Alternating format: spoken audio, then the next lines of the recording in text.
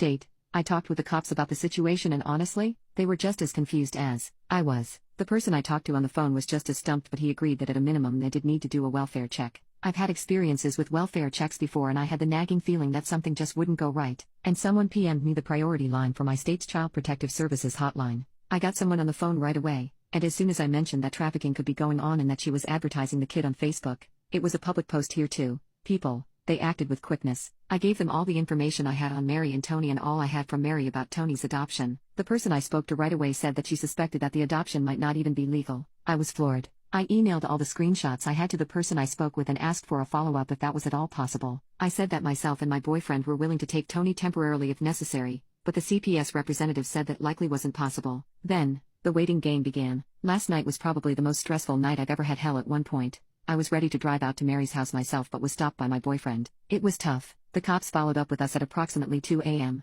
Note that I haven't heard from CPS. The officer I spoke with was very cautious and limited in what he said, but he told me that CPS arrived at the home shortly after he did. In not so many words, he implied that Mary had been talking to someone about meeting Tony the very next day and that CPS suspicions were confirmed. Tony's adoption was not legal. Tony was rehomed to Mary and her husband from another state where placement needs to be approved by a judge. He didn't elaborate further except to say that other issues came to light and all of the children were removed from the home for their own safety by CPS. He didn't say how long they were there, but said it was a long time. I was asked to drop off all emails and printouts to the station in the morning, and I agreed. My boyfriend and I wanted to make doubly sure that all of our bases were checked, so I called our local FBI office who said they lacked jurisdiction in the matter but would be writing up a complaint and referring the issue to the State Department. We called the Ukrainian embassy and made a detailed complaint and I included the contact information I had for the officer from the department. The poop really hit the fan when I went to work to print out the email. Our company is pretty small and the company owner, I'll call her Big Angie because she resembles the mob wives lady, had gotten wind of Mary's email. Big Angie was furious,